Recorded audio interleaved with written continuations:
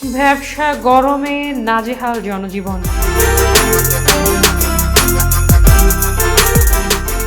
বর্ষাবাহী মৌসুমি বায়ু দেশে প্রবেশ করেছে এক সপ্তাহ আগে, অতঃপর ক্রমশ সারা দেশে বিস্তৃত হলেও গরম কমছে না। রাজধানী সহ বেশিরভাগ অঞ্চলে ভ্যাপসা গরমে মানুষের গলদঘর্ম দশা। আর্দ্রতাজনিত চরম অস্বস্তির আবর্তে হাঁপিয়ে উঠেছে জনজীবন।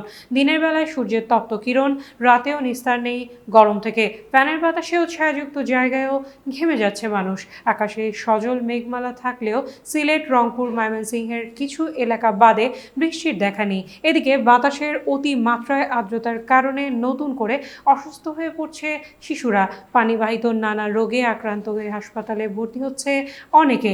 মাত্রাতিরিক্ত গরমে বরিশালের গৌরনন্দী, লক্ষ্মীপুরের রায়পুর ও ঢাকার নবাবগঞ্জে ৩৫ ছাত্রী অসুস্থ হয়ে পড়লে স্কুল ছুটি দেওয়ার ঘটনা ঘটেছে। অনেককে হাসপাতালে ভর্তি করা হয়েছে। আবহাওয়াবিদরা বলছেন, ঘূর্ণিঝড় রেমালে টানা ২ দিন বৃষ্টির কারণে বাতাসে ও মাটিতে জলীয় বাষ্পের পরিমাণ বেড়েছে। এতক্ষণ বার্তা বৈঠকের সাথে থাকার জন্য ধন্যবাদ। নতুন নতুন তথ্য ও আপডেট পেতে বার্তা বৈঠকের ইউটিউব চ্যানেল ও ফেসবুক পেজের সঙ্গেই থাকুন।